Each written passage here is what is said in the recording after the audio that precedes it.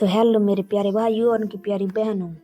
मेरे घर में 5 चिड़ियाँ घोंसले बनाकर रह रही थी और एक कबूतर भी घोंसले बनाकर रह रहा था।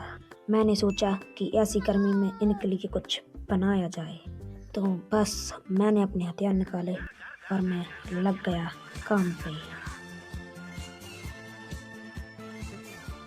थोड़ी देर बाद यंत्र बनकर रेडी हो गया, जिसके बाद मैंने स्पाइडरमैन बनकर यंत्र को लटका दिया। कुछ देर बाद एक चिड़िया का दाना पानी खाने लगी, पीने लगी। चिड़िया तो दाना पानी खा गई। आप भी सब्सक्राइब बटन को खा लो।